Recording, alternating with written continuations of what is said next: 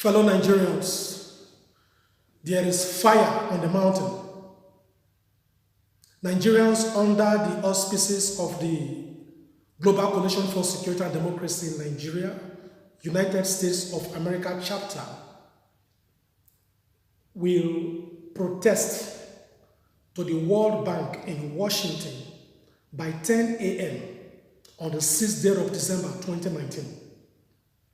Nigeria is now like a frog being boiled alive slowly by politicians in the name of debt.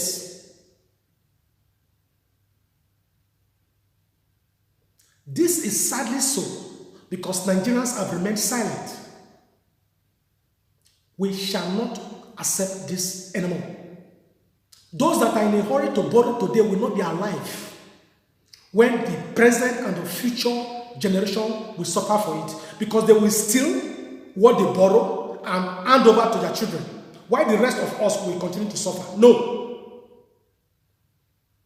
And we must begin to avoid economic colonialism by learning from countries that partly surrender their sovereignty as a result of debt. We must avoid this debt trap diplomacy.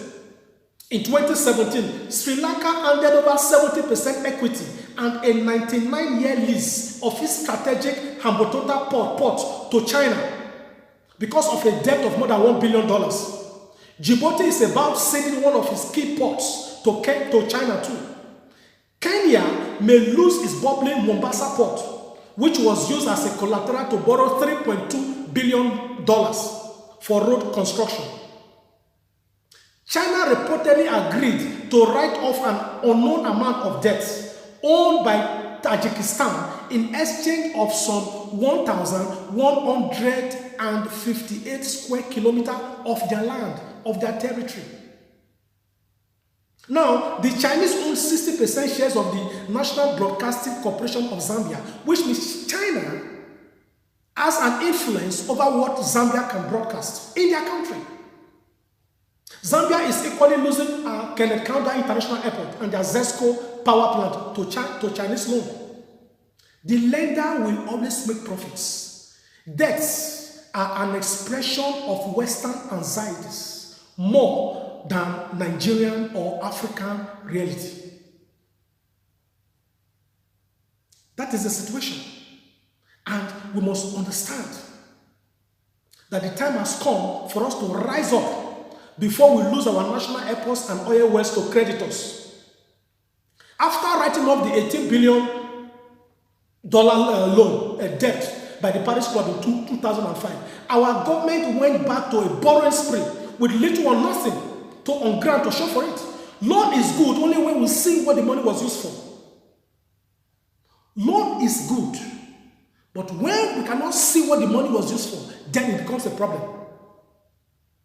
San Francisco Golden Gate Bridge is one of the longest suspension bridges in the world, spanning 4,200 feet, which is 1,280 meters. And the equivalent cost of that bridge today, in terms of calculation, is about $677. Now, Nigeria is building second Niger Bridge for that same amount of $677.4 million, which is 210 billion naira, a length of 4,606 feet. We are currently indebted to over $81 billion, and the borrowing spree continues. This clearly shows mismanagement and corruption. We are borrowing to finance our national budgets, and some persons that have been indicted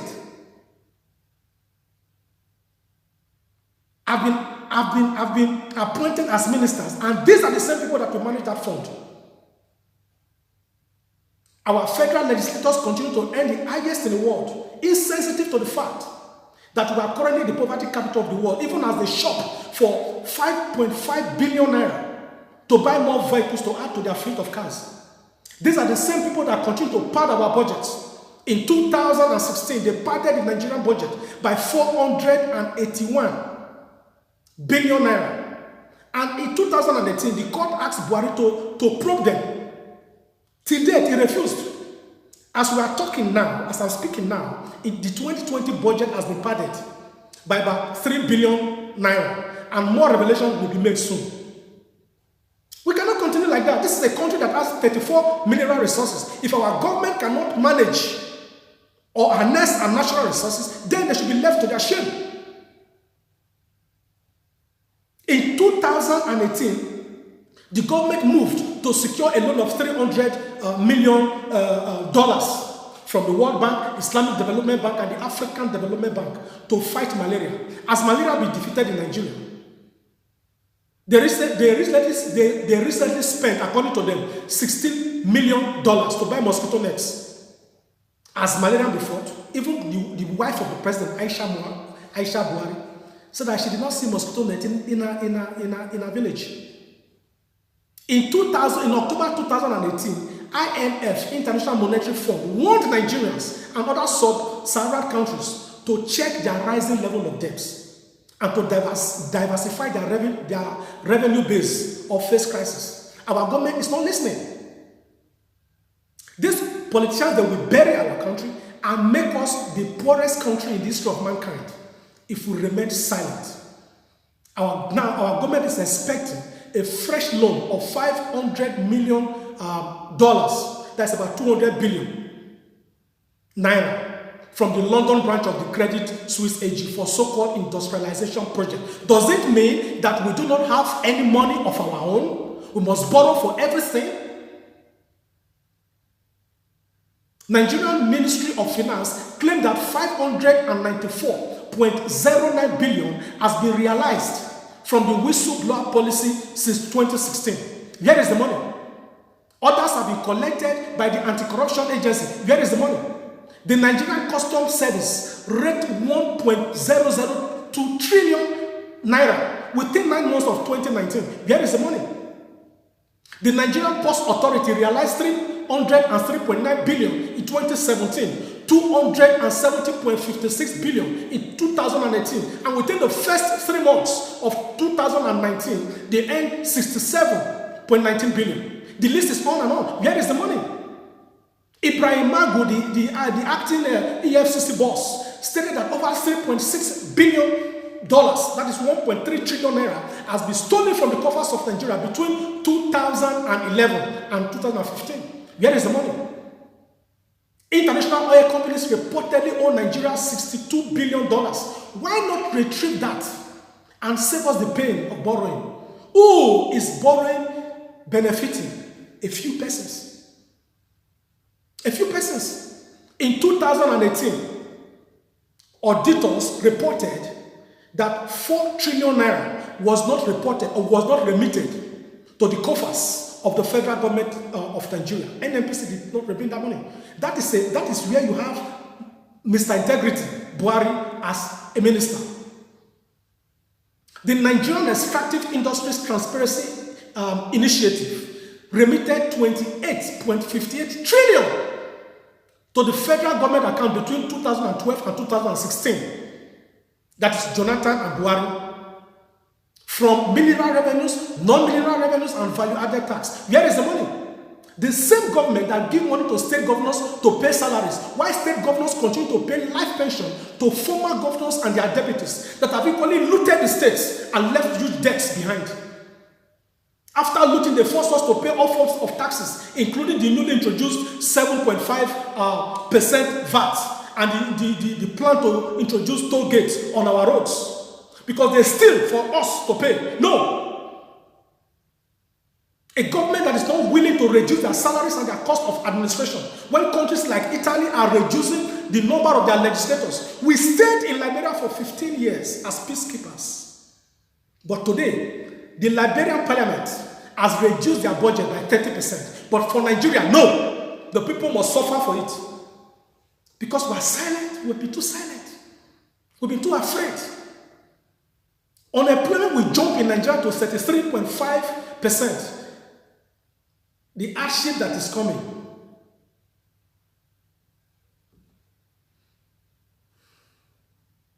$460 million was borrowed from China to install CCTV in Abuja. Till date, no CCTV. And we are servicing that debt. We are paying interest for that loan. How can we progress like that as a country? Now, there are no verifiable evidence to show how the $320 million Abacha loot was shared.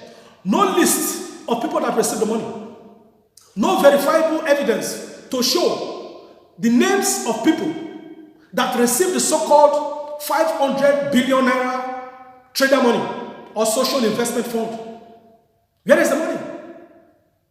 Money borrowed from World Bank, China, or anywhere is what the Nigerian government spends in buying bullets to kill unarmed protesters that seek for economic and social justice. Monies borrowed from World Bank, China, and other places is what Nigerian governments use in feeding unlawfully detained Nigerians. For example, Lai Mohammed, the Minister of Information, informed us that Nigeria spends 3.5 million naira monthly to feed one detainee, El Zakzaki. Now we have many unlawfully detained Nigerians in detention. So you can multiply how much the government is spending from borrowed funds. You can imagine that? Because as at now, we have more than 40 court orders which have been disobeyed by President Muhammadu Buhari, he that swore on oath to protect and defend our constitution. We must have no respect for anybody, man or woman, that has no respect for our constitution. He that defecates on our constitution does not deserve respect, because where there is no constitution, there is no country. That is it. Now, it has been alleged, and the rumor is everywhere, that officials of the World Bank now receive bribe from Nigerian governors and the federal government before they issue loans. Quid pro quo. For now, it is an allegation, but the rumor is everywhere. So we're not making any allegation, but we're going to petition the World Bank to thoroughly investigate whoever is receiving money in their office to give loans to Nigeria. No wonder the monies are just being released. The loans are given without a second thought. Fellow Nigerians, if you live in the United States of America, the time has come for us to move away from social media onto the arena of political struggle. Our country comes first. The time has come for you to share this message extensively and attend that program in front of the World Bank on the 6th of December 2019, 10 a.m. Please tell others to tell others. Our days of fear and silence must be over.